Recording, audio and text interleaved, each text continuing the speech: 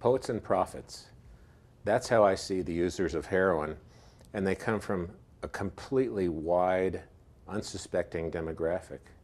They come from the socioeconomically advantaged as much or more than the disadvantaged.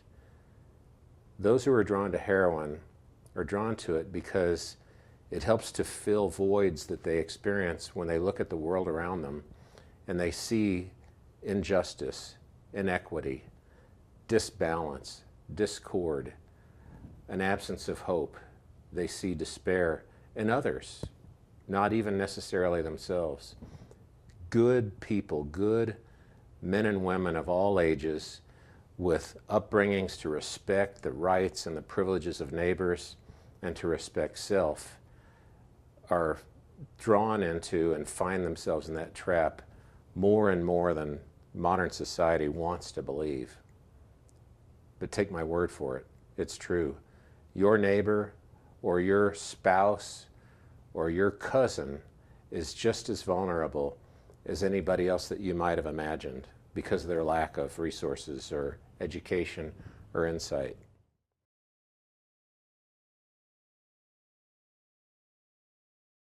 Arguably, the most intelligent people are the most vulnerable to the constricting spiral that heroin can produce for people because their ability to exercise stealth.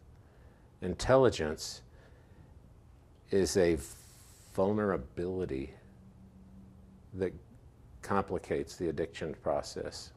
It's harder to find out and discover the severity of the addiction because of the capacity of the individual to mask and wear the success face that tells everybody there's no problem, everything's okay.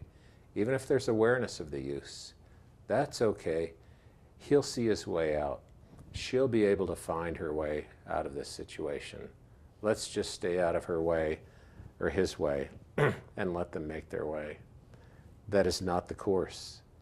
External, informed, family support, circle of support is a crucial element to resolving heroin addiction. The poetic and prophetic facet of heroin addiction that I see consists in the existential angst of the individual. Ultimately, being true to themselves requires being true to a mission, their reason for being. And the vocations may be many.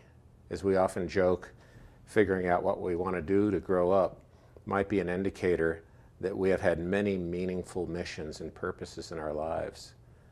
But to be without one is to be completely vulnerable, completely at the disposal of heroin.